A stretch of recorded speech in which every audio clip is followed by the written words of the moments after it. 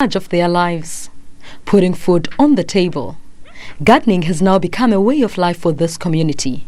Notawa Luzipo, a 68-year-old widow who stays with her grandchildren, is making a living growing vegetables. This is how we live. It's our best way of life. We decided that if there are more people who want to join, they must. Then we started gardening groups because it feels good. And after my husband died, I decided to continue with life because this is how I make a living. Schools have also adopted the food garden culture.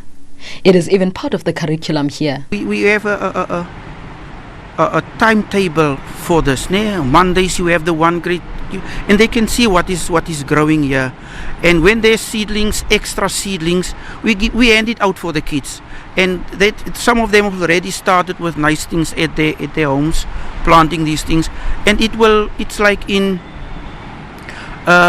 if they can make a difference in the house, then the parents will see, and it will encourage them to do the same. And as a homework project, this is well loved by children, unlike regular school subjects. It made a big difference in my life because every time at home I'm working as well in the garden. It learned me more what I'm doing at school at home too.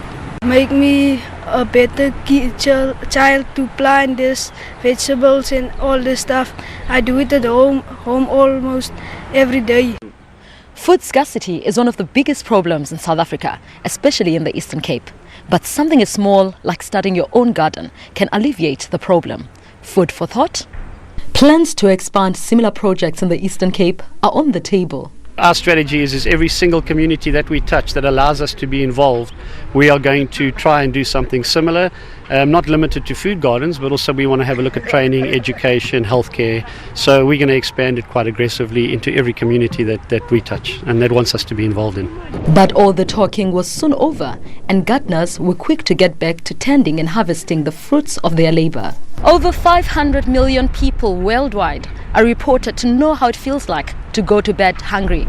But for these residents, that is now the thing of the past. Anda Ngonji, SABC News, Tsitsikamma.